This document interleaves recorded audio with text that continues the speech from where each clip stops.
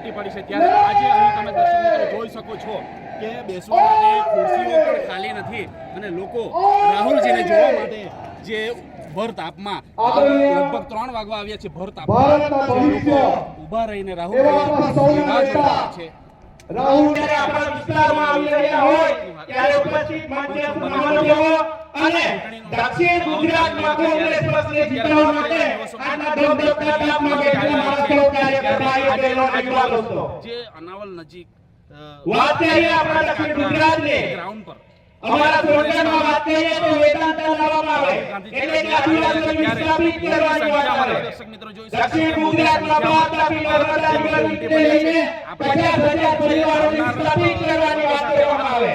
લોકો સફાઈ બંધ કરવાની વાત કરે, ફોરલેન હાઈવે લાવવાની વાત કરે ત્યારે મારા તમામ લોકોને પૂછવું છે જેવા આદિવાસીઓ ઉતર્યા તો તમારે મારે પૂછવું છે કે આપણા દક્ષિણ ગુજરાતમાં શાંતિથી લોકો રહ્યા છે, શાંતિથી રહે છે તો આ વિસ્તારમાં કેમ ચિંતા થોડી અને આ ગુજરાતમાં દેશના વડાપ્રધાન આવીને કહેલા હતા હું આનંદભાઈ જોડે ત્યારે મીડિયા પાસે ગયો ત્યારે એમણે એવું પૂછ્યું કે આ વખતે કોંગ્રેસનો પ્રચાર અમને થોડો ધીમો લાગે છે પણ આ ગુજરાતમાં આવીને દેશના વડાપ્રધાન કહેલા હતા કે કોંગ્રેસ બોલે બોલે ઘૂસી ગઈ છે અને એક વાત છે કે કોંગ્રેસ બોલે બોલે ઘૂસી ગઈ છે।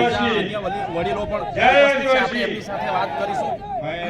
जी आज राहुल जी आ रहे हैं क्या बाबा कि आज आदिवासी पूरे देश में गुजरात में नहीं पूरे देश में आदिवासी का आर्थिक शोषण हो रहा है, हमको कोई न्याय नहीं मिल रहा है और उसका सबसे ज्यादा उदाहरण आपके यहाँ हमारे आनंद पटेल साहब, उनको हमारे विधायक होने के बावजूद भी उनको मारने की कोशिश की। ये सबसे बड़ी गलती बात ये गुजरात सरकार ने की है। कहने का मतलब ये है कि हमारे विधायक जो है उसको भी प्रोटेक्शन नहीं दे सकते और उनको मारा और उनको भी केसेस किए। इतनी गंदी हरकतें यहाँ की पुलिस ने की है। तो ये आदिवासी के लिए हमको आह्वान है। आपको सबको मालूम है इस देश को आजाद किसने किया? बीजेपी वाले कई लोग तो अंग्रेजों के एजेंट हुआ करते थे और ये देश स्वतंत्र होने के बाद ये देश मजबूत होना चाहिए, ये संगठित होना चाहिए, इस पर अन्याय नहीं होना चाहिए। इसके लिए डॉक्टर बाबा साहेब अम्बेडकर ने भारतीय राज्य घटना दी, उसका ताकत से मजबूती से समर्थन किया होगा तो कांग्रेस ने किया।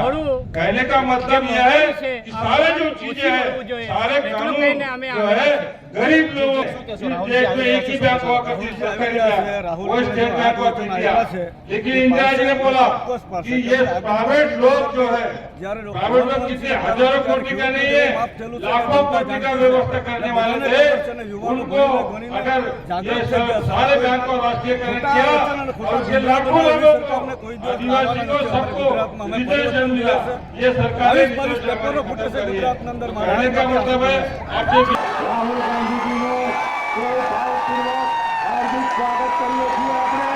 રાહુલજી આપણી વચ્ચે આવી પહોંચ્યા છે।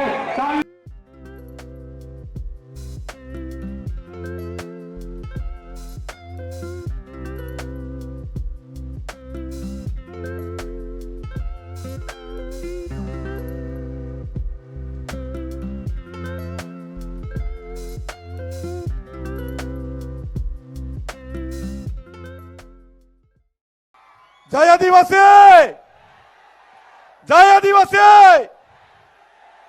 भारतना भविष्य एवा अपना सौना नेता राहुल गांधीजी 2000 किलोमीटर पदयात्रा भारत जोड़ो करीने आपने મળવા માટે આવ્યા છે, આપણને આશીર્વાદ આપવા માટે આવ્યા છે અને ગુજરાતમાં પરિવર્તન લાવવા માટે આવ્યા છે।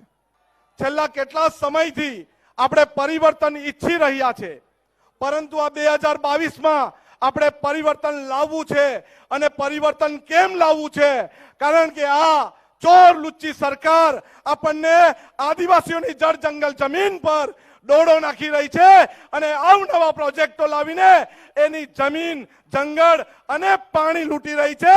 એના માટે આપણને પરિવર્તનની જરૂર છે। આદિવાસી સમાજ ના યુવાનો જ્યારે શિક્ષણ મેળવવા માટે તડપી રહ્યા છે ત્યારે આ સરકાર આદિવાસી વિસ્તારની શાળાઓ બંધ કરી રહી છે। એના માટે આપણને પરિવર્તનની જરૂર છે। આ વિસ્તારમાં જે મોંઘવારી છે એ મોંઘવારી દિવસે ને દિવસે વધી રહી છે. ગેસના સિલિન્ડરના ભાવ કોંગ્રેસની સરકારમાં 450 રૂપિયા હતા અને અત્યારે ભાવ છે 1150. એટલા માટે આપણી બહેનો પરિવર્તન માંગી રહી છે અને આપણે પણ પરિવર્તન એક સંકલ્પની જેમ લેવાનો છે. લેશો ને પરિવર્તન? જોઈએ છે ને પરિવર્તન? આપણે પરિવર્તન લઈને રહેશું ને? તો 1લી તારીખે આપણે પરિવર્તન માટે કોંગ્રેસ પક્ષના ઉમેદવારને મત આપવાનો છે અને આપણા આદિવાસી સમાજ પર જે અત્યાચારો થયા છે, રવિ અને સુનિલ ડાંગના 2 નવયુવાનોને ફાંસીએ લટકાવી દીધા છે, એમનું અપમૃત્યુ થયું છે, એના માટે આદિવાસી સમાજે આંદોલન કર્યું છે. એને ટેકો આપવા માટે રાહુલજી આવ્યા છે. પાર Tapi Narmada river link project આપણે રદ કરવાનો છે, એના માટે રાહુલજી આવ્યા છે.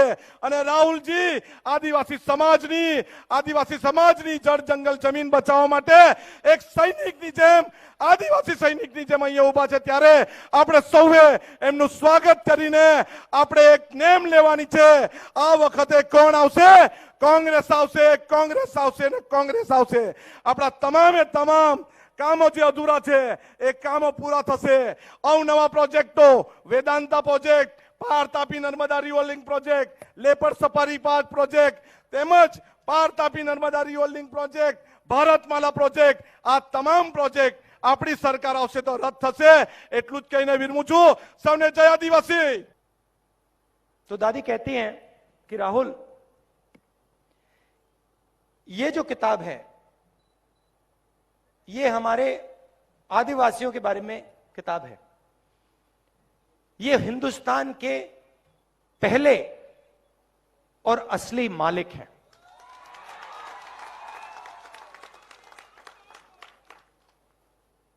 ये हिंदुस्तान के पहले और असली मालिक हैं. और फिर उन्होंने कहा कि अगर तुम्हें हिंदुस्तान समझना है तो आप आदिवासियों को, उनके जीवन को और जो उनका रिश्ता जल, जंगल और जमीन के साथ होता है उसको समझ लो. और उन्होंने आदिवासी शब्द प्रयोग किया. आदिवासी मतलब जो सबसे पहले यहां पे रहते थे. ये मैंने आपसे बहुत गहरी बात बोली है. मैं आपसे कह रहा हूं कि इस देश के पहले मालिक आप हो. मतलब आपसे यह देश लिया गया है. अब एक दूसरी विचारधारा है. बीजेपी के लोग आपको आदिवासी नहीं कहते. क्या कहते हैं आपको? वनवासी. वनवासी. वो आपको यह नहीं कहते कि आप हिंदुस्तान के पहले मालिक हो. वो आपको कहते हैं आप जंगल में रहते हो. फर्क समझ में आया? मतलब वो ये नहीं चाहते कि आप शहरों में रहो, कि आपके बच्चे इंजीनियर बने, डॉक्टर बने, हवाई जहाज उड़ाना सीखें, अंग्रेजी बोलें. वो ये नहीं चाहते. वो चाहते हैं कि आप जंगल में रहो. मगर वहां नहीं रुकते. उसके बाद वो आपसे जंगल छीनने का काम शुरू कर देते हैं. सही बात? तो आज से अगर इनका काम चलता गया, 5-10 साल बाद सारा का सारा जंगल इनके 2-3 उद्योगपतियों मित्रों के हाथ में होगा और आपको रहने की कोई जगह नहीं होगी, आपकी शिक्षा नहीं होगी, आपको स्वास्थ्य नहीं मिलेगा, आपको रोजगार नहीं मिलेगा। आदिवासी शब्द का मतलब यह देश आपका था और इस देश में आपको हक मिलने चाहिए, आपको रोजगार मिलना चाहिए, आपको स्वास्थ्य और शिक्षा, आपके बच्चों को स्वास्थ्य और शिक्षा मिलनी चाहिए। वनवासी का मतलब जो भी आपका है वो 2-3 उद्योगपतियों के हवाले कर दिया जाए, आपको कोई हक ना मिले, आपको शिक्षा स्वास्थ्य ना मिले, आपके बच्चों को रोजगार ना मिले। ये 2 अलग अलग दृष्टिकोण है। इन शब्दों का यह मतलब है।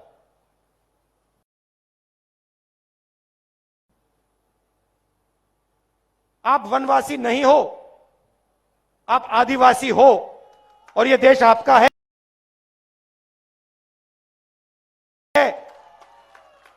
था और रहेगा। और इस देश में आपकी जमीन की रक्षा होगी, आपको शिक्षा मिलेगी, स्वास्थ्य मिलेगा और आपके बच्चों को, युवाओं को रोजगार मिलेगा। हम पैसा कानून लाए, पूरे देश में जमीन अधिकार बिल लाए, फॉरेस्ट राइट एक्ट लाए, आपकी रक्षा करने के लिए। जो आपका जल है, आपकी जमीन है, आपका जंगल है, वो आपको वापस देने के लिए क्रांतिकारी कानून थे। मगर बीजेपी की सरकार ने इन कानूनों को लागू नहीं किया, कहीं भी नहीं किया। जहां भी इनकी सरकार है, इन कानूनों को ये कमजोर करते हैं, लागू नहीं करते हैं। यह फर्क है हम में और उनमें। हमने आपको मनरेगा दिया, रोजगार दिया, स्कॉलरशिप्स दी, बच्चों को जमीन का अधिकार दिया। ये आपको नहीं देते, ये सिर्फ आपकी जमीन आपसे छीनते हैं। आपके सामने निर्णय है, एक तरफ कांग्रेस है आदिवासी, दूसरी तरफ बीजेपी है वनवासी। एक तरफ आपकी जमीन, आपके हक, शिक्षा, स्वास्थ्य, रोजगार, दूसरी तरफ दुख और आपके सारे के सारे सपने अधूरे।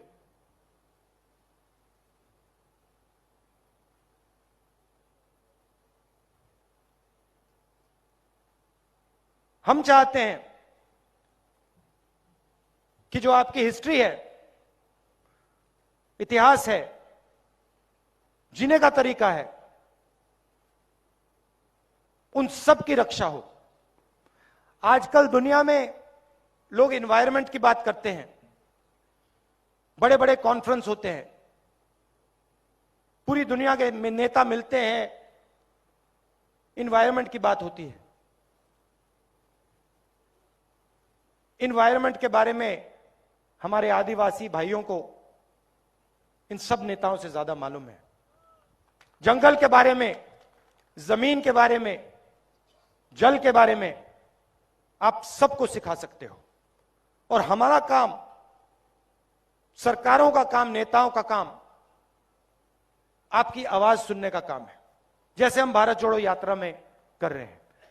हवाई जहाज में नहीं, हेलीकॉप्टर में नहीं, सड़कों पे चलकर, पैर पे छाले लगवाकर आपकी बात सुनने का हमारा काम है।